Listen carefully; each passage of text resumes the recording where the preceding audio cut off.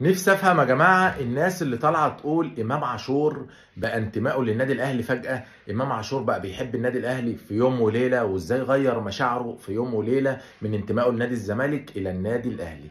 احب يا باشا كده ايه، ركز معايا علشان انا هفهمك الموضوع. بص يا سيدي، كهربا كان اهلاوي، ولما راح نادي الزمالك خلاص الاهلي ما عرضش عليه فراح نادي الزمالك، فالراجل لعب لنادي الزمالك ده شغل، وواجبه انه يحب النادي اللي هو فيه.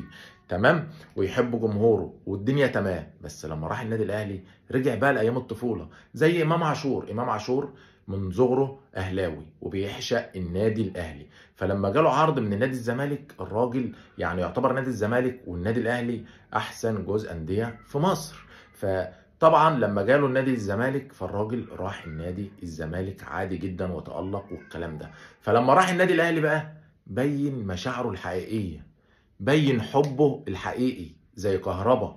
الناس من طفولتهم بيعشقوا النادي الاهلي، بس لما النادي الاهلي احتاجهم في الوقت المناسب، لما مستواهم بقى كويس ومستواهم في مستوى الليفل بتاع النادي الاهلي، قال لك بس اروح النادي الاهلي بقى، بيتي النادي الاهلي، انا ابن النادي. فما تجيش تسالني دلوقتي وتقول لي هو ليه امام عاشور وكهربا غيروا انتمائهم للنادي الاهلي، لانهم اصلا في الاساس اهلاوي.